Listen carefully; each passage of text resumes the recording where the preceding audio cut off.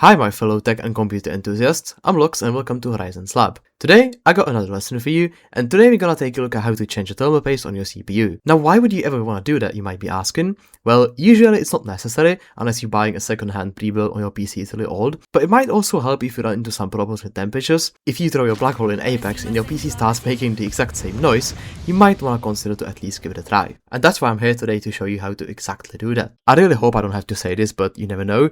Make sure your PC is turned off and unplugged before doing anything. So first, locate your CPU cooler and a heatsink on the motherboard and unplug the power cable. Then unscrew the heatsink screws. You need to do it gradually, which means unscrew one partially, then go to the next one, and then repeat.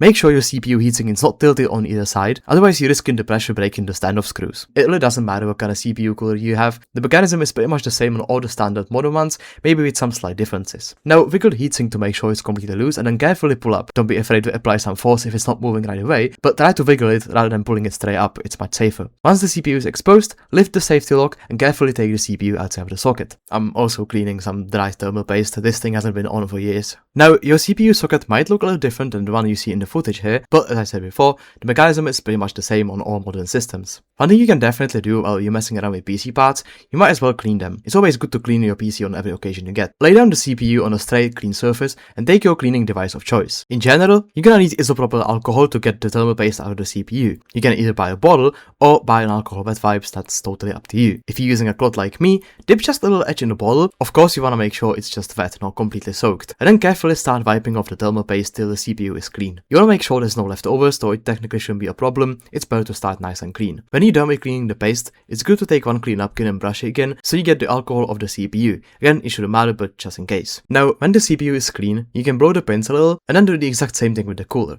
Clean the paste, dry it, blow out the dust, in my case the remains of the dried paste. I definitely recommend to put the CPU back in the motherboard before applying the thermal paste. You can technically do it after, but it's definitely much more comfortable this way. So, we've got everything clean, and finally here comes the fun part you've all been waiting for. The fresh, new and tasty thermal paste.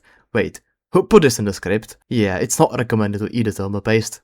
In most cases. The biggest question people always ask when it comes to thermal paste is, what is the correct amount you should put on your CPU? And a very short and simple answer is, better too much than too little. I made a little comparison picture for you. That tiny droplet you see on the left is absolutely not enough. The right side definitely looks much better, although the pattern doesn't really matter since once you put the cooler on, it gets spread on its own anyway. Thermal paste conducts heat, not electricity, so even if it ends up leaking, it shouldn't do anything, at least I've never seen such case. As you can see, as a true fan of Mr. Easter, I tried to go for a smiley face, but, well, it didn't quite turn out as I imagined. I guess I'm still a better PC technician than an artist. Once your masterpiece is done, make sure to see the backplane with the standoff screws properly. You need all of them to stick out of the motherboard so that you can align your CPU cooler on top of them. Once the cooler is sitting, it's time to screw it back in. You basically do the same thing as you've done in the beginning, just in reverse. As I mentioned before, you'll want to make sure it's sitting straight and you don't put pressure on either side. You can pretty much keep going till the screws are completely tightened, then plug the power cable back in, and that's it. You just successfully changed the thermal paste on your CPU.